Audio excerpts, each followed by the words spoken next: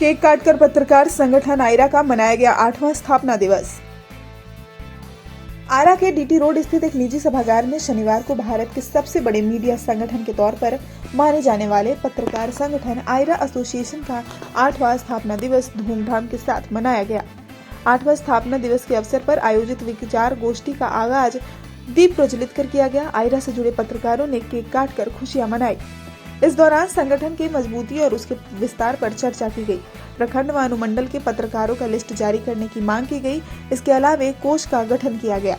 आयरा जिलाध्यक्ष राकेश कुमार, वरिष्ठ पत्रकार दीपक सिंह, देवराज ओझा, अभिनय प्रकाश, चंदन कुमार आदि वक्ताओं ने आयरा की स्थापना और उद्देश्य के विषय में बताया और कहा कि मात्र 8 वर्ष में आयरा ने जो मुकाम हासिल किया है वो दूसरे संगठन 20 साल में भी नहीं हासिल कर पाते हैं। कहा कि आयरा इकलौता ऐसा संगठन है जो निस्वार्थ भाव से बगैर किसी लाभ की अपेक्षा के पत्रकारों के हित के लिए कार्य करता है। वक्ताओं ने पत्रकारों के हितों के लिए संगठन की मजबूती संबंधी कई अहम सुझाव दिए। आयरा की आगामी योजनाओं तथा कार्यक्रमों के इस विषय में जानकारी दी।